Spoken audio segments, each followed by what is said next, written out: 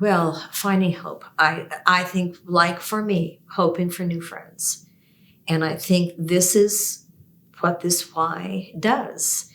And if you have felt isolated, or you think you have too many disabilities that you can't be here, and yes, you can, and you can get better. When people come in and they say, well, I've had a hip replacement, got this and this, I said, you're in the right company. My name is Mary. Kristen. Dominic. Martin. And this is my story of hope. And this is our story of hope. And this is my story of hope. Y esta es nuestra historia de esperanza. And this is my story of hope.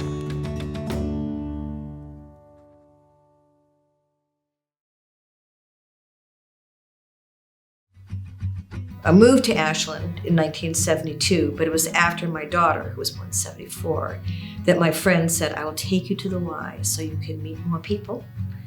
And that was the grand, wonderful beginning for me. I was a volunteer instructor for first Mom's Morning Out. Then I started teaching the Y's Way to Fitness. I have people who've been attending my classes in various forms. Some for over 30 years, and steadfastly attending classes. There was no cardio classes, no aerobic dance classes in Ashland. I started the first one. I was very shy to start out with. I didn't know how I was going to instruct people when I was afraid to talk. And we would just do leg lifts and sit-ups with the music being played on a record player. And midway, we would stop and have announcements if someone was doing a Tupperware party or had something else going on. We'd finish, so it was a full hour of togetherness. But most people had small children, and it was just a wonderful gathering place. And I said before, we would, after class, we'd sit on the steps, and the children would run around us, and it just was a great bonding place. They are still my friends. Boy, the difference between the 70s now is huge, huge, huge, huge. Also, when we moved here into this lovely, partially constructed building, I had said there's nothing that's going to draw men here. We have to figure out, because it's the same classes that we had at the old armory and here and there. And I said, we need to get some weights here. And so I bought $12,000 worth of workout equipment, and men came, and they came so fast we had to take down some walls and make spaces bigger. That made such a huge difference that it did bring men to the Y.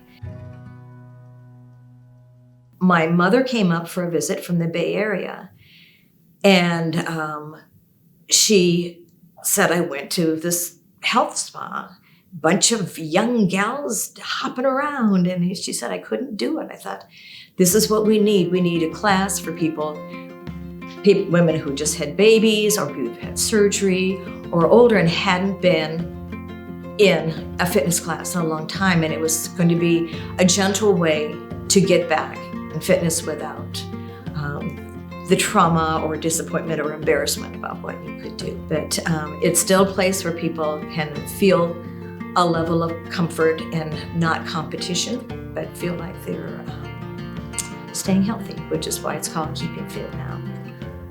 It's the wonder to me that I've had people in their 90s still taking the class. They have a place to be 3 times a week, which as we get older is really important, that you may not know what month it is, but you know if it's Monday, Wednesday, or Friday. And that these people, even though some have moved to sitting in chairs, will still sit there and tap their feet for the cardio part. And for them, the bonds that they have made with each other is astounding, and how they care for each other. That if somebody is sick, then everybody knows and know the people to call. So it's fitness, but it's wonderful social as well. Their hope is to have the nicest kind of life until it ends. And I think it is between the exercise and the camaraderie that works to keep people happier, and mentally healthier.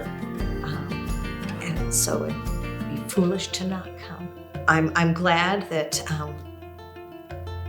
being an instructor when I'd been a very shy person, middle of 5 in my family, and it certainly, for me, helped me grow as a person, and I hope that reflects and makes people want to stay. I think there's always something to find to make you feel included and make you feel better about yourself.